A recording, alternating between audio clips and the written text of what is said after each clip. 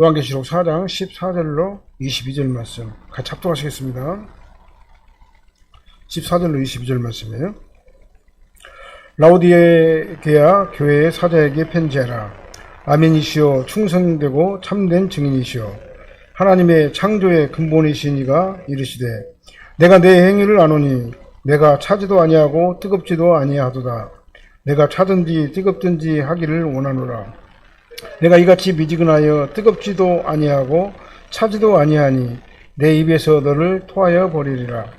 내가 말하기를 나는 부자라, 부요하여 부족한 것이 없다 하나 내 공고한 것과 가련한 것과 가난한 것과 눈먼 것과 벌거벗은 것을 알지 못하는도다. 내가 너를 권하노니 내게서 불로 연단한 금을 사서 부요하게 하고 흰옷을 사서 벌거벗은 수치를 보이지 않게 하고 안약을 사서 눈에 발라 보게 하라. 물은 내가 사랑하는 자를 책망하여 징계하느니 그러므로 내가 열심을 내라. 회개하라. 볼지어다 내가 문 밖에서 두드리노니 누구든지 내 음성을 듣고 문을 열면 내가 그에게로 들어가 그와 더불어 먹고 그는 나와 더불어 먹으리라. 이기는 그에게는 내가 내 보좌에 함께 앉게 하여 주기를 내가 이기고 아버지 보좌에 함께 앉은 것과 같이 하리라. 귀 있는 자는 성령이 교회들에게 하시는 말씀을 들을지어다. 아멘. 자, 라오디게아 교회는요, 부자교회죠. 부정한 것이 없는 교회입니다. 풍족한 곳이에요. 부러울 곳이 없는 교회가 바로 라오디게아 교회입니다. 그들은 자기 자만심에 취해 있었어요. 그래서 하나님 없이도 된다. 하나님이 안 도와줘도 얼마든지 우리 자력으로 얼마든지 할 수 있다. 아무 부족함이 없다. 그러니까 라오디게아 교회는 자기 어떤 그 환경이 좋다고 그래가지고 영적으로 깊은 잠에 빠진 상태가 바로 라오디게아 교회의 모습이 아닌가 이렇게 생각을 합니다. 오늘날 우리 현대교회 50년대 못 살고 힘들고 그럴 적에 막 교회 천막에다가도 교회를 세워놔도 막 교인들이 많이 몰려들고 아주 절실하고 간절하게 부르짖던 그때가 있었습니다. 우리는 그때를 다 지나갔던 사람들이잖아요. 물론 이제 그걸 갖다 모르는 그 세대들도 있지만, 이 짧은 기간 동안에 아주 굉장히 발전한 나라가 우리나라 아니겠습니까? 그때 당시에 열심히 있었던 그 열심들은 다 들어가 버리고 지금은 부러울 곳이 없어요. 다 잘 살아요. 옛날에 교회에서 건빵 하나만 주더라도 막 서로만 얼마나 많이 몰려들었어요. 교회에서 선물 준다고 그러면은 엄청나게 많이 몰려들었잖아요. 그리고 신앙이 굉장히 절실했습니다.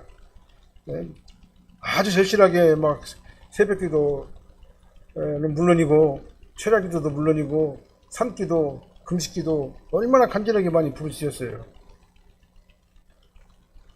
근데 지금은 잘 살게 됐습니다. 우리나라가 하나님의 은혜로 아주 풍족하게 잘 사는 나라가 됐어요. 그런데 영적으로는 퇴보했단 말입니다. 영적인 성장은 퇴보하고 환경은 좋아졌을지 모르지만은 영적인 성장이 굉장히 퇴보한 교회로 전락하게 됐다. 마치 라오디게아의 그 부자교회의 모습이 아닌가 생각을 해봅니다.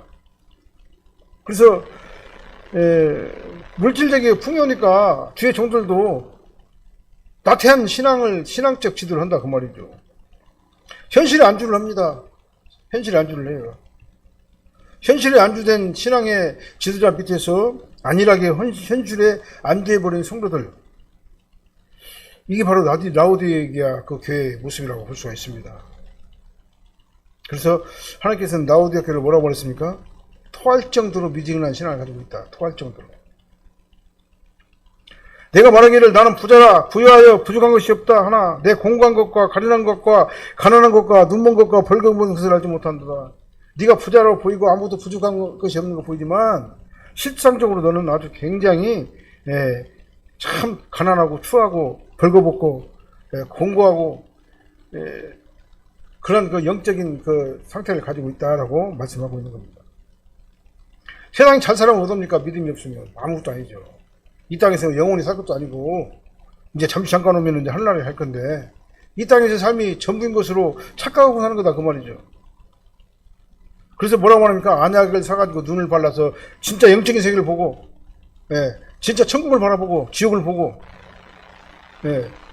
그래서 제대로 형성하다가 파악하라 그 말입니다. 눈에 보이는 세계가 아니라 눈에 보이지 않는 그 영적 세계, 그다음 앞으로 다가올 죽음 위기에 다가올 그런 그 영원한 천국, 그다음에 영원한 지옥, 그걸 갖다 바라본다면 내가 여기서 믿음 안에서 행하지 않을 수 없다 그 말이죠.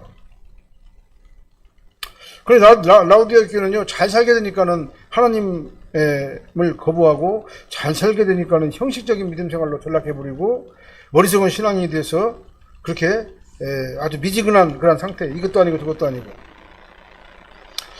오늘은 본 말씀 통해 가지고 우리가 라우디아 교회와 비슷한 우리 현대교회의 모습을 보면서 발전된 나라 대한민국에서 신앙생활하는 성도들의 모습을 보면서 우리는 어떻게 해야 될 것인가 우리가 생각을 해봐야 될 줄로 믿습니다. 14절 말씀 보니까 한번 읽어볼까요? 라오디게아 교회 사제의 편지하라. 아멘이시오. 충성되고 참된 증인이시오. 하나님의 창조의 근본이시니가 이르시되 그랬어요. 하나님의 속성에 대해서도 나오죠. 네. 아멘이시에요. 예수 그리스도는요, 아멘이십니다. 그 다음에 충성된 분이고, 참된 증인이시고, 창조의 근본이 되신 성자 하나님이세요. 예수님의 속성이 바로 이 속성이에요. 아멘이란 말은 뭔 말입니까? 진실하시고, 확실하시고, 믿을 수 있고, 참되신 우리의 구세주라 그 말입니다. 아멘이에요. 우리는 예수님을 보면 아멘입니다. 그 다음 예수님은 충성되고 참된 증인이시에요. 예수 그리스도께서는 하나님의 뜻대로 이 땅에 오셔가지고, 충성되고 참된 증인으로 이 땅에 오셨어요. 충성되다는 말은 신실하고 진실하다 그 말입니다. 여기서 피스토스라는 단어를 썼어요. 여기서 충성이라는 말은 예수님께서 신실하시고 진실하시고 신뢰가 되는 그런 분이시다 그런 의미예요. 그 다음에 예수님께서 참되시다 그랬습니다. 알레테이아라는 말이 진리잖아요. 근데 여기서 알레디노스라는 단어를 썼어요. 예수님께서는 전적으로 참되시다, 참되신 분이다, 진리신 하나님이시다 그 말입니다. 그 다음에 예수님께서도 증인이시라고 또 표현했잖아요. 예수님께서 친히 스스로 구속언약을 완성하시고 친히 구속언약의 증인이 되셨어요. 그러니까 아멘이신 예수님은요, 진실하시고 신실하시고 참되시고 그런 우리의 증인이 되시는 주님이시다 그 말입니다. 그분이 바로 예수님의 속성이에요. 하나님의 속성이다 그 말이죠. 성자 하나님의 속성이다 그 말이에요. 예수님은 창조의 근본이 되신 분이세요. 예수님께서 하나님의 창조 근본이라는 그런 말씀 가운데서 근본이라는 말은 뭐냐? 아르케라는 단어죠. 태초에라는 단어 아닙니까? 아르케. 이 근본이라는 단어는 태초에라는 단어예요. 아르케. 그러니까 예수님께서는 태초에 하나님과 함께 계시면서 존재하신 분이에요. 선지하신 분이 바로 예수님이시다 그 말입니다. 이미 계신 분이 영원히 계시는 그 하나님 성자 예수님이 바로 아르케, 태초에 계시는 하나님이세요. 그래서 창조의 근본이 되신 분입니다. 창세기의 베레시트라는 단어는 이 아르케라는 단어보다 더 후예요. 왜 그러냐? 원래 계신 그 하나님께서 베레시트 태초에 창세기 하나님께서 말씀으로 천지를 창조하신 분이 바로 예수님이시다 그 말이에요. 예수님, 하나님, 성령 하나님께서 태초에 말씀으로 천지를 창조하신 거예요. 삼일째 하나님의 사역이다 그 말입니다.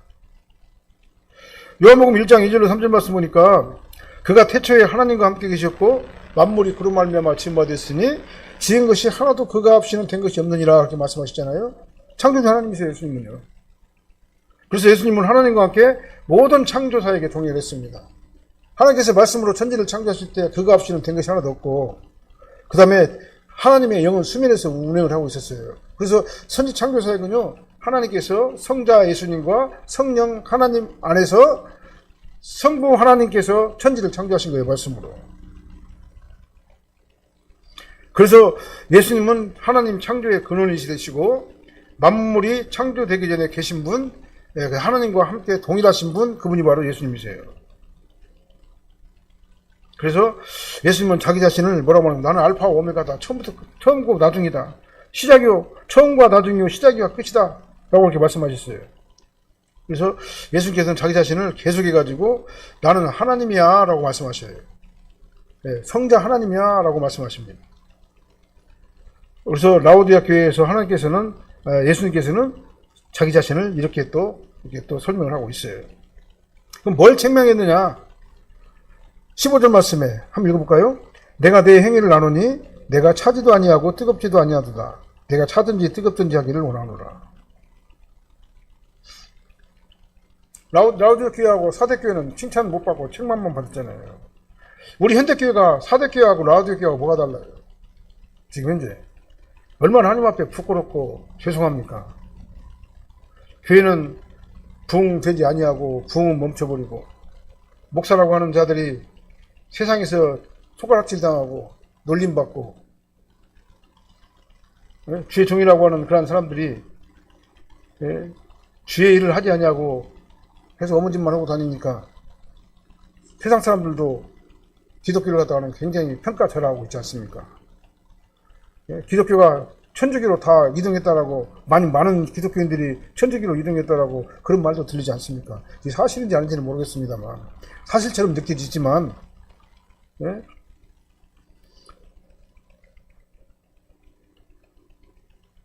칭찬을 받지 못하고 책망만 받은 교회가 바로 라오디아 교회예요. 내가 내 행위를 나누니 하나님께서 다 아신다 그 말입니다. 하나님께서는 어떤 계속 말씀드립니다만 그냥 아셔요. 어떤 정보나 데이터를 모아가지고 아는 것이 아니라 그냥 아시는 거예요. 하나님은요. 우리 같은 사람들은 알려면 정보를 수집하고 데이터를 수집하고 지식을 체득해가지고 그 얻어낸 결과가 아는 것이잖아요. 근데 하나님께서는 그냥 아시는 거예요. 그런데 하나님은 전지하신 분이세요. 모든 걸 다 아시는 분이세요. 그래서 라오디게의 행위도 다 아십니다. 사실은 나의 행위도 다 아셔요. 하나님 앞에 얼마나 부끄러운가. 정말 날마다 오늘 하나님 앞에 회개하고 사도 바울도 그랬잖아요. 사도 바울이 자기가 굉장히 사역을 열심히 했다라고 객관적으로 평가받는 인물이 사도 바울 아니에요? 그리고 사도 바울도 뭐라고 하니까 오라 나는 공부한 사람들이다. 누가 이 사망의 몸 나를 건져낼 것이냐. 내 자신의 능력이나 내 자신의 행위 갖고는 도저히 구원받을 수가 없고 전적으로 주님의 은혜가 아니고서는 구원받을 수가 없다. 라고 사도 바울도 그렇게 말을 했어요. 그 모든 것들이 다 하나님의 앞에서 다 드러나는데 하나님께서 우리에게 의옷을 입혀주셔가지고 우리가 감춰줬을 뿐이에요. 그래서 우리는 이걸 알아야 됩니다. 우리가 신앙이 깊어지면 깊어질수록 뭘 알아야 되느냐? 나는 부족합니다. 나는 연약합니다. 이렇게 연약하고 부족한 나를 구해주시고 의옷을 입혀주시고 하나님의 자녀가 되게 하심을 감사드립니다. 이 고백이 나오지 않으면 안 되는 겁니다. 근데 자꾸 그냥 자기가 조금 많이 배웠다고 신앙생활 좀 많이 했다고 돈도 좀 많고 권력도 있고 물질적으로 축복을 많이 받았다고 교만해서는 안 된다 그 말입니다. 그래서 예수님께서는 이 전지전능하신 그 통찰력 그냥 하시는 그 전지하신 그 하나님께서 라오디아 교회를 갖다가 말하는데 뭐라 합니까? 너는 뜨겁지도 않고 차지도 아니하고 뜨겁지도 아니한 그 미지근한 상태야 라고 말하고 있는 겁니다. 현재 생활에서 안주하면서 아주 태만하고 형식적이고 매너리즘에 빠져가지고 아주 이성적인 신앙생활을 하는 것을 하나님께서는 지적하신 거예요. 라오디아 교회가. 너 그렇게 신앙생활 하지 말라 그 말이잖아요. 신앙생활 하는 것도 아니고 안 하는 것도 아니고 어정쩡하게 신앙생활을 그렇게 했다 그 말입니다. 누가요? 라오디아 교인들이 그랬다 그 말이에요. 아주 무기력하고 아주 주님 보시기 아름답지 못한 미지근한 그런 신앙생활을 했기 때문에 예수님께서 라오디아 교회를 갖다 지적을 한 거예요. 그리고 라오디아 교회의 특징이 뭐냐면요, 딱 판을 딱 짜요. 프레임을 딱 만들어요. 마지노선 종교 생활의 마지노선을 딱 만들어가지고 그 이상은 안 넘어가려고 그래요. 그 이상 넘어가려고 그러고 부담을 갖는 것을 갖다가 굉장히 금기시하고 적당하게 신앙생활을 하면서 적당하게 그 회색지에 대해 안주하면서 아주 편하게 인본주의적인 신앙생활을 하려고 그걸 선호했다 그 말이죠. 오늘날의 신앙생활이 그런 모습이 아닌가 생각을 해봅니다. 사람들이 작은 교회는 안 오려고 그래요. 아주 큰 교회 가가지고 그냥 예배만 하면 딱 참석하고 그냥 바로 나오려면은 자기의 이 의무를 다했다라고 생각을 해요. 그러나 교회를 갖다가 어떻게 다니냐? 의무적으로 다니고, 그 다음에 자기 만족을 위해 가지고 다니고, 그 다음에 취미생활로 다니고, 이렇게 무기력한 영적 무기력에 빠진 상태가 바로 라오디게아 교회에서다라고 예수님께서는 말씀하시는 겁니다. 16절 한번 읽어볼까요? 내가 이같이 미지근하여 뜨겁지도 아니하고 차지도 아니하니 내 입에서 너를 토하여 버리리라. 회색지대는 하나님께서 뭐라고 하니까 토한다고 그랬어요. 선을 넘지 않고 적당하게 신앙생활을 하려고 하는 라오디게아 교회의 성도들 해가지고 역겹다. 내가 언제 니들 그 예배를 받았느냐? 역겹다라고 말하는 거예요. 그래서 내가 너를 토해버리고 싶다 그렇게 말합니다. 너희들은 신앙생활 하는 게 신앙생활이 아니야. 그거는 취미생활이지. 신앙생활 한다고 하면서 적당하게 매너리즘에 빠져가지고 그렇게 신앙생활 하면 되겠냐 그 말입니다. 그 회색지대에서 빨리 건너오라는 강력한 경고의 말씀이 아니겠습니까? 우리 신앙은 뜨거워야 된다 그 말입니다. 차든지 뜨금지 뜨거워야 돼요. 하나님 앞에 정말 진실하게 다가서야 된다 그 말이에요.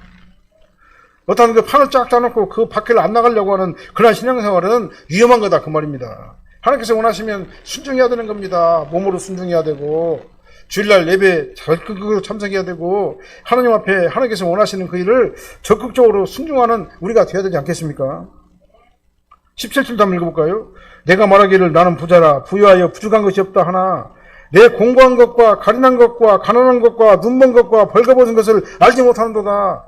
너희들은 겉으로 볼 적에는 멀쩡한 것 같지만 속은 다 비어있는 그런 영적 아주 빈곤의 상태에 처해 있다라고 말한 거잖아요. 착각하지 말란 얘기예요. 너희들은 풍부하다고 하면서 부족한 것이 없다고 말하면서 내 영혼아 편안히쉬다라고 말할지 모르지만 너희 진짜 모습은 공고하고 가련하고 가난하고 눈이 멀고 영적으로 안미한 존재라. 정말 벌거벗은 자, 치명적인 수치를 당하는 자와 같이 그런 상태에 있다는 사실을 너희는 모르고 있다라고 말하는 거예요. 참으로 어리석은 자라고 얘기하는 겁니다. 그래서 라오디게아 교회를 갖다가 이렇게 평가를 했어요. 정말 얼마나 그냥 하나님께서 직접적으로 그렇게 평가를 하셨습니까? 이렇게요. 예수님께서요. 그 다음에 예수님께서는 라오디게아에 뭘 권면하셨는가? 그게 책망의 이유는, 목적은 뭡니까? 책망해가지고 그냥 내쫓으려고 하는 게 아니잖아요. 책망해서 막 쫓아내보려고 하는 게 아니잖아요. 책망한 이유는 뭡니까? 그러니까 빨리 돌아오라 그 말이잖아요. 이 권면의 목적은 뭐냐면 권면해가지고 원래 자리로 돌아오게 하는 것이 목적이잖아요. 예수님께서도 지금 라오디게아 교회를 책망하는 것은 뭐냐? 원래 자리로 다시 돌아오라 그 말입니다. 빨리 회개하고. 자, 18절 19절 한번 읽어볼까요? 내가 권하노니 내게서 불로 연단한 금을 사서 부요하게 하고 흰옷을 사서 입어 벌거벗은 수치를 보이지 않게 하고 안약을 사서 눈에 발라 보게 하라. 물은 내가 사랑하는 자를 책망하며 하여 징계하노니 그러므로 내가 열심을 내라 회개하라. 누구를 책망한다고요? 사랑하는 자를 책망하는 거예요. 사랑하지 않는 자는요 그냥 냅둬버려요. 그냥 알아서 하라고. 알아서 하라고 냅둬버려요. 근데 책망하는 이유는 뭐냐면 사랑하기 때문에 그렇습니다. 내게 불로 연단한 금을 사서 부유하게 하라고 그랬습니다. 내가 생각하는 부유와 예수님께서 말하는 부유는 다르다 그 말입니다. 부유의 기준이 다르다 그 말입니다. 우리가 하는 물질이 많은 걸 갖다 부유라고 말하지만 예수님께서는 그걸 갖다 부유라고 하잖아요. 불로 연단해서 불순물을 다 제거시켜야 됩니다. 그래서 불로 연단한 금을 사라고 그랬습니다. 이건 뭐 순도 100%의 금을 사라는 얘기잖아요. 불순물이 섞이지 않는 순수 믿음을 가지라 그 말입니다. 세상과 타협하지 말고 정말 말씀만 따라가고 말씀만 의지하라 그 말이죠. 그게 바로 진정한 부여라 이렇게 말씀하시는 거예요. 그래서 불순물이 전혀 섞이지 않는 순도 100%의 금을 사라. 불로 연단해가지고. 그 불로 연단한 금을 어디서 삽니까? 예수님에게 사라 그 말이에요. 말씀 안에서 사라 그 말입니다. 말씀으로 나를 계속 연단하라 그 말이에요. 말씀으로 나를 계속 연단해가지고 순도 100%의 신앙을 말씀을 전적으로 의지하는 계시 의존적 신앙인이 되라 그 말입니다. 그래서 정결한 금은 예수님을 통해서만 구할 수 있어요. 예수님에게 사야 돼요. 그래서 우리는 말씀을 통해 가지고 계속 나를 단련시켜야 돼요. 그래갖고 나를 갖다가 어떻게 합니까? 계속 연단해가지고 나 안에 있는 세상의 불순물 다 빼버려야 돼요. 세속적인 불순물 다 빼버려야 됩니다. 그리고 말씀만 가지고 말씀을 의지하면서 살아야 된다 그 말이죠. 그래서 부요라는 그 기준은 뭐냐? 세상적인 부요가 아니라 예수님께서 말하는 부요는 바로 이런 영적인 부유를 얘기하는 거예요. 그래서 영적으로 부유한 자가 되라. 너는 지금 가난한 자야. 겉으로는 부자 같지만 너는 형편없이 가난한 자야. 그러니까 말씀으로 연단된 금을 사가지고 부유한 자가 되라 이렇게 말씀하시는 겁니다. 그 다음에 뭐 있습니까? 흰옷을 사서 벌거벗은 수치를 보이지 않게 해라 이 말이죠. 흰옷은 뭡니까? 예수 그리스도의 옷이잖아요. 우리 예수 그리스도의 말씀으로 연단을 해야 되고, 두 번째는 예수 그리스도로 옷을 입어야 된다 그 말입니다. 의의 옷을 입어야 된다 그 말입니다. 이게 바로 칭의의 옷이에요. 예? 거룩한 예수 그리스도의 옷을 입지 아니하고는요, 나 자체로서는 수치를 보일 수밖에 없는 것이단 말이죠. 내가 가만히 생각해 봤어요. 내가 얼마나 부족하고 연약한 자인가. 하나님 앞에 섰을 때, 말씀 앞에서 나를 비추봤을 때 내가 얼마나 부족하고 연약한 자인가를 다시 한번 깨닫죠. 근데 그런 나를 하나님께서 어떻게 했습니까? 의의 옷을 입혀주셨어요. 흰옷을 입혀주셨어요. 흰옷을 입혀주셔가지고 나를 갖다가 값없이 사버렸어요. 예수 그리스도의 은혜로. 네? 이거라도 돈 주고 살 수 있는 게 아니에요. 이건요. 이 은혜의 옷은요. 예수 그리스도께서 나에게 주시하지만이 내가 입을 수 있는 옷이다 그 말이죠. 그래서 영적으로 벌거벗은 자 아닌 것을 긴 것처럼, 자기가 대단한 사람처럼 하는 자들은요, 말씀을 깨닫고 자기 자신이 얼마나 형편없는 존재인가를 알아야 돼요. 말씀 앞에서 서서. 그리고 어떻게 합니까? 예수님의 은혜의 옷을 입어야 된다 그 말이죠. 그래서 수치를 면해야 됩니다. 예? 수치를 면해야 돼요. 이 옷을 안 입으면 천국에 갈 수가 없어요. 이 의의 옷을 입어야지만이 내가 천국 잔치에 참여할 수가 있습니다. 천국 잔치에 참여하려면 어떻게 합니까? 예복을 입어야 되잖아요. 그 예복이 바로 뭐냐면 이 의의 옷. 예수 그리스도께서 나에게 입혀주신 의의 옷이다 그 말이죠. 그래서 이 옷을 선물로 받으시길 바랍니다. 그 다음에 안약을 사서 눈에 발라보게 해라 그랬죠. 영적으로 안미한 자들은 어떻게 됩니까? 성령께서 나한테 들어오셔가지고 나를 갖다가 내 안에 들어오셔가지고 통찰력으로 나를 갖다 깨닫게 해주셔야 돼요. 영적으로 안미한 자들은요, 하나님께서 나에게 성령으로 들어오셔가지고, 예? 내게 영적인 소견이 내가 영적 눈이 확 밝아지게 만들어야 되는 겁니다. 그래서 성령의 통찰력이 필요한 거예요. 성령이 주시는. 그래서 하나님의 영이 내게 임하게 되면요, 그때부터는 하나님께서 알게 하시고 깨닫게 하시고 인도하시고 보여주시고 회복하게 하시고 나를 갖다가 말씀으로 인도하신다 그 말이에요. 그래서 안약을 사가지고 눈에 발라보게 하라. 그래서 영적인 어두워진 그 눈을 갖다가 밝게 하라. 그래서 성경 말씀이 하나님 말씀으로 믿어져라. 그 다음에 예수는 그리스도시고 살아계신 하나님의 아들이시며 내가 예수님의 은혜로 내가 흰옷을 입었다는 사실을 그걸 갖다 깨달아라 그 말입니다. 겉으로 보면 몰라요. 다 똑같잖아요. 우리는요. 예수 믿는 자나 예수 안 믿는 자나 뭐가 달라요? 똑같잖아요. 근데 이 안약을 사가지고 보게 되면은요, 그때부터는 이제 보이게 되는 거예요. 저 사람이 말씀대로 사는 사람인가? 그 다음에 예수 그리스도의 은혜를 입은 자인가? 나 자신을 놓고 볼 적에 말이죠. 그래서 이 안약을 사가지고 나에 대한 정체성을 갖다가는 확실히 깨달아야 된다 그 말입니다. 요한복음 9장 39절에서 예수님께서 말씀하셨잖아요. 예수께서 이르시되 내가 심판하러 이 세상에 왔으니 보지 못하는 자들은 보게 하고 보는 자들은 맹인이 되게 하려 함이라. 그렇게 말씀하셨어요. 영적인 눈을 떼야 된다 그 말입니다. 그래서 육신에 머무르지 말고 영으로 우리가 반응하는 자가 되어야 될 줄 믿습니다. 19절 말씀 보니까 물은 내가 사랑하는 자를 책망하며 징계하노니 그러므로 내가 열심을 내라. 라오디게를 책망한 이유가 바로 이거예요. 돌아오라 이 말입니다. 하나님께서 징계가 없으면요 사생자예요. 우리는 말씀으로 날마다 내려갔다는 치잖아요. 하나님께서 너 그렇게 하지 말라고 하잖아요. 내가 음원길로 가면 하나님께서 뭐라고 하면 성령께서 나에게 그렇게 하지 말라고 하잖아요. 나를 책망하시잖아요. 그럼 말할 수 없는 탄식을, 나를 위해 가지고 말할 수 없는 탄식으로 기도하시잖아요, 성령께서.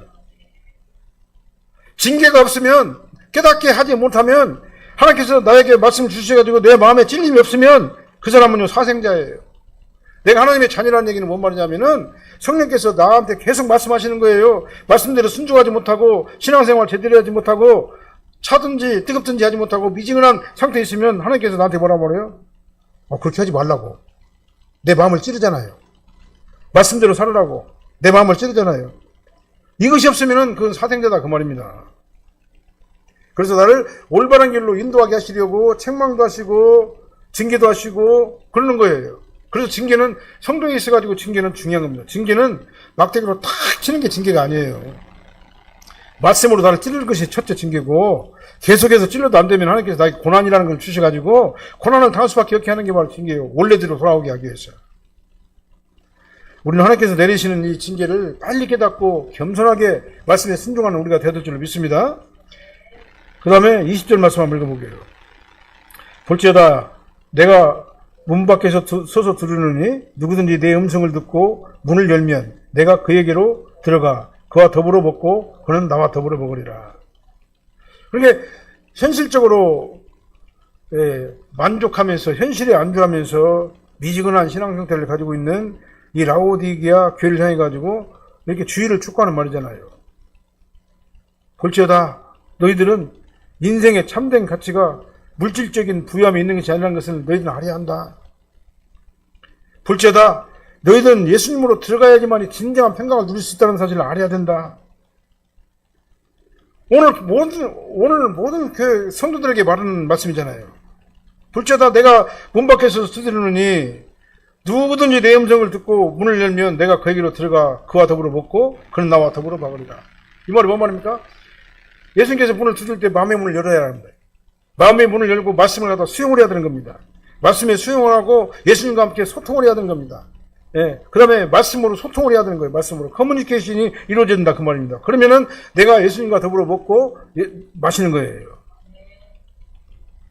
누구든지 예수님의 음성을 듣고 마음의 문, 영의 문을 열어야 된다 그 말입니다. 그리고 예수님을 영접해야 된다 그 말입니다. 지금도 예수님께서는 계속 우리 마음을 두드리고 있어요. 내가 어떤 생각을 하고 있으면 그렇게 하지 말라고 합니다. 말씀에 비춰가지고. 그럼 우리는 어떻게 합니까? 소통을 해야 돼요. 나의 모든 것을 예수님께 다 내놓고 소통을 해야 돼요. 대화를 해야 된다 그 말입니다. 예수님께서는 계속 문 밖에서 두드리고 계셔요. 우리 마음의 문을 열으라고. 그래서 마음의 문을 열고 주님을 영접하는 자에게 소통이 이루어진다.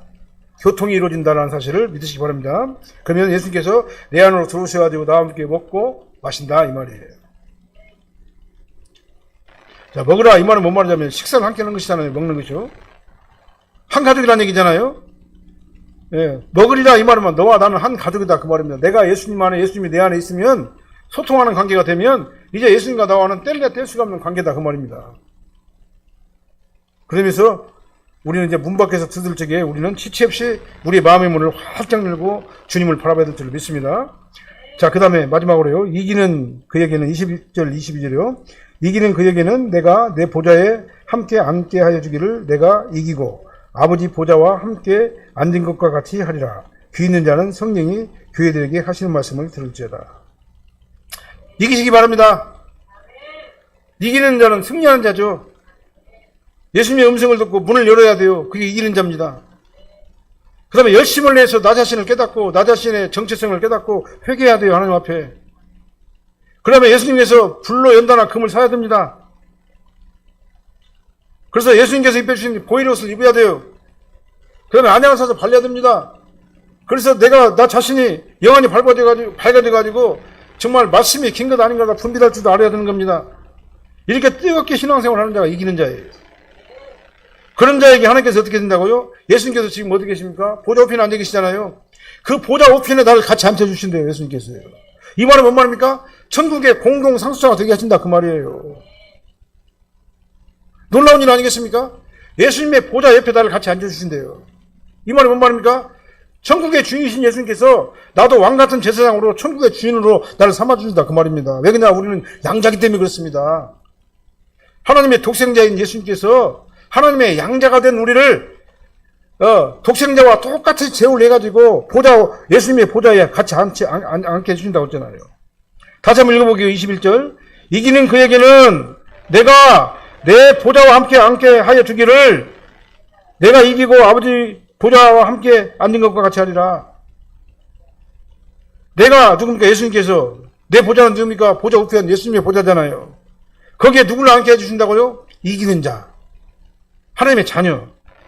예수님의 음성을 듣고 회개하고 불로 연단한 금을 사가지고 예수님의 보혈의 옷을 입고 정말 영안이 밝아져가지고 안양을 사가지고 분별력을 가진 그 다음에 하나님 앞에 전적으로 뜨겁게 신앙생활하는 자들 하다가 예수님께서 그렇게 우리를 대우해 주신다 그 말입니다. 우리는 정말 신앙생활 잘해야 될 줄로 믿습니다. 정말 차든지 뜨겁든지 하길 원하노라 이 음성을 듣고 정말 미지근한 그런 신앙생활에서 벗어나야 될 줄로 믿습니다. 이 말씀에 민감하게 반응하는 우리가 되야 될 줄로 믿습니다. 기도하겠습니다. 사랑하는 하나님 감사합니다. 저희들은 부족하고 연약한 것밖에 없습니다. 아버지 하나님께서 도와주시지 않으시면 저희들은 정말로 신앙생활 제대로 할 수 없습니다.